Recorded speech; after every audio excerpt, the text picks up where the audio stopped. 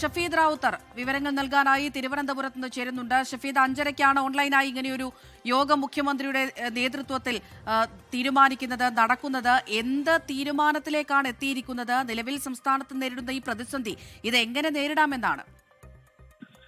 അമൃത, ഈ വിഷയത്തിൽ അതായത് പശ്ചിമേഷ്യൻ സംഘർഷവുമായി ബന്ധപ്പെട്ട് രാജ്യത്താകെ ഉണ്ടായിരിക്കുന്ന ഇന്ധന പ്രതിസന്ധി, അതിൽ ഏറ്റവും പ്രധാനം പാചകവാതക ക്ഷാമത്തിൽ കേന്ദ്ര സർക്കാർ പലതരത്തിലുള്ള കാര്യങ്ങൾ പറയുമെങ്കിലും സംസ്ഥാനം സ്വന്തം നിലയ്ക്ക് ചില മുൻഗണനാക്രമം അടക്കമുള്ള കാര്യങ്ങൾ നിശ്ചയിക്കാൻ ഇപ്പോൾ സംസ്ഥാന സർക്കാർ തീരുമാനിച്ചിട്ടുണ്ട്. നിലവിൽ ഇപ്പോൾ നമ്മൾ നേരിടുന്ന പ്രതിസന്ധി അത് കാര്യമായ പ്രതിസന്ധിയാണ് എന്നുള്ളതാണ് ഇന്ന് മുഖ്യമന്ത്രി വിളിച്ചു ചേർത്ത യോഗത്തിലെ പ്രധാനപ്പെട്ട ഒരു തീരുമാനവും വിലയിരുത്തലും. അത് മാത്രവുമല്ല, ഇതിൽ ഏറ്റവും പ്രധാനപ്പെട്ട ഒരു വിവരമെന്ന് പറയുന്നത് പാചകവാതക വിതരണത്തിൽ മുൻഗണനാക്രമം നിശ്ചയിക്കും എന്നുള്ളതാണ്. വാണിജ്യാടിസ്ഥാനത്തിലുള്ള വിതരണത്തിലായിരുന്നു പ്രതിസന്ധി അടക്കമുള്ള കാര്യങ്ങൾ ഉണ്ടായിരുന്നത്. ഹോട്ടലുകൾ, അതേപോലെ തന്നെ ഈ സന്നദ്ധ സംഘടനകളുടെ പ്രവർത്തനങ്ങൾ, അതിനൊക്കെ അപ്പുറത്തേക്ക് ചില ബേക്കറികളടക്കം അടച്ചുപൂട്ടുന്ന സാഹചര്യത്തിലൊക്കെ കാര്യങ്ങൾ പോയ പശ്ചാത്തലത്തിലായിരുന്നു മുഖ്യമന്ത്രി വളരെ ഗൗരവത്തിൽ ഇന്ന് ഒരു അടിയന്തര യോഗം വിളിച്ചത്. ഈ യോഗത്തിൽ ഇപ്പോൾ എടുത്തിരിക്കുന്ന തീരുമാനം സംസ്ഥാനത്തെ പാചകവാതക വിതരണത്തിൽ മുൻഗണനാക്രമം നിശ്ചയിക്കും എന്നുള്ളതാണ്.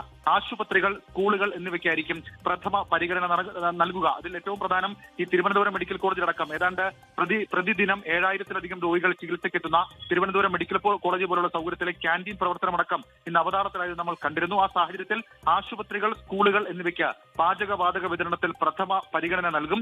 പാചകവാതക ഉപയോഗം നിരീക്ഷിക്കാൻ മോണിറ്ററിംഗ് കമ്മിറ്റി സംസ്ഥാനത്ത് രൂപീകരിക്കുന്നു എന്നുള്ളതും ഏറ്റവും പ്രധാനപ്പെട്ട വിവരമാണ്. അങ്ങനെ രണ്ടു പ്രധാനപ്പെട്ട തീരുമാനങ്ങളിലേക്ക് ഇന്നത്തെ യോഗം എത്തിച്ചേർന്നിട്ടുണ്ട്. ഓയിൽ കമ്പനി പ്രതിനിധികൾ, മന്ത്രിമാരായ KN Balagopal, GR Anil, MP Rajesh, chief secretary തുടങ്ങിയവരാണ് മുഖ്യമന്ത്രി വിളിച്ച യോഗത്തിൽ പങ്കെടുത്തത്. ആ യോഗത്തിലാണ് അപ്പോൾ ഈ നിർദ്ദേശങ്ങൾ പാലിക്കുന്നതിലൂടെ ഒരു പരിധിവരെയെങ്കിലും നിലവിലെ ക്ഷാമം അത് ഇല്ലാതാക്കാൻ കഴിയുമെന്നാണോ ഷഫീദ്?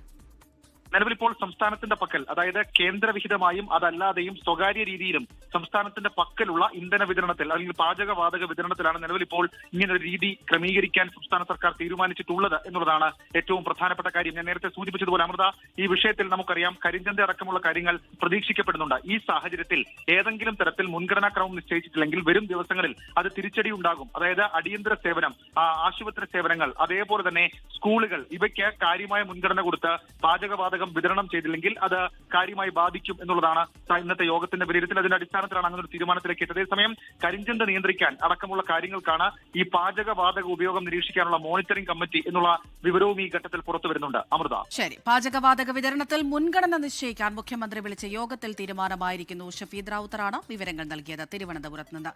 ലോകത്തെവിടെയായാലും ഏത് സമയത്തും 24 വാർത്തകളും ഓഗ്മെന്റഡ് റിയാലിറ്റി പാക്കേജുകളും എക്സ്പ്ലെയിനറുകളും വിശദമായി കാണാൻ ഞങ്ങളുടെ യൂട്യൂബ് ചാനൽ നിങ്ങൾക്ക് സബ്സ്ക്രൈബ് ചെയ്യാം.